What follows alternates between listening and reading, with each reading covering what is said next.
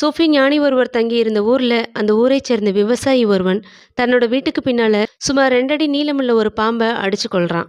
உடனே தன்னோட வீட்டுக்கு வந்து தன் மனைவி கிட்டேயும் மகன் கிட்டேயும் நான் 3 அடி நீளமுள்ள ஒரு பாம்பை கொன்னுட்டேன்னு சொன்னான்.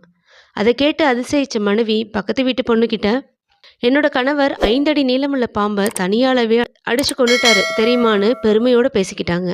அந்த பெண்மணியோ பக்கத்து தெருவில் உள்ள தன்னோட தோழிக்கிட்ட, எங்க தெருவுல உள்ள ஒருத்தர் 10 அடி நீள பாம்ப கொன்றுக்காரு அப்படின்னு சொன்னாங்க. அதை கேட்ட தோழி பக்கத்து ஊர்ல இருந்து வந்த தன் உறவினர்கிட்ட, எங்க ஊர்க்காரர் ஒருத்தர் 30 அடி பாம்ப சாகடிச்சிருக்காரு அப்படின்னு தம்மட்டம் அடிச்சுக்கிட்டாங்க. இதெல்லாம் கவனிச்சுக்கிட்டு இருந்த அந்த ஞானியும், மிகைப்படுத்துறதால கற்பனை திறன் வேணும்னா வளருமே தவிர உண்மை இருக்குமிடம் தெரியாமலே போயிடும்னு அந்த ஊர் மக்களுக்கு அறிவுரை சொன்னாரு. அதை கேட்ட விவசாயி தான் 2 3ஆக்குனது இப்ப 30 ஆகிடுச்சுன்னு புரிஞ்சுக்கிட்டாரு. ஆனாலும் 30 அடி பாம்பு கொன்ன பெருமையை விட்டு கொடுக்க அந்த விவசாயிக்கு மனசில்ல.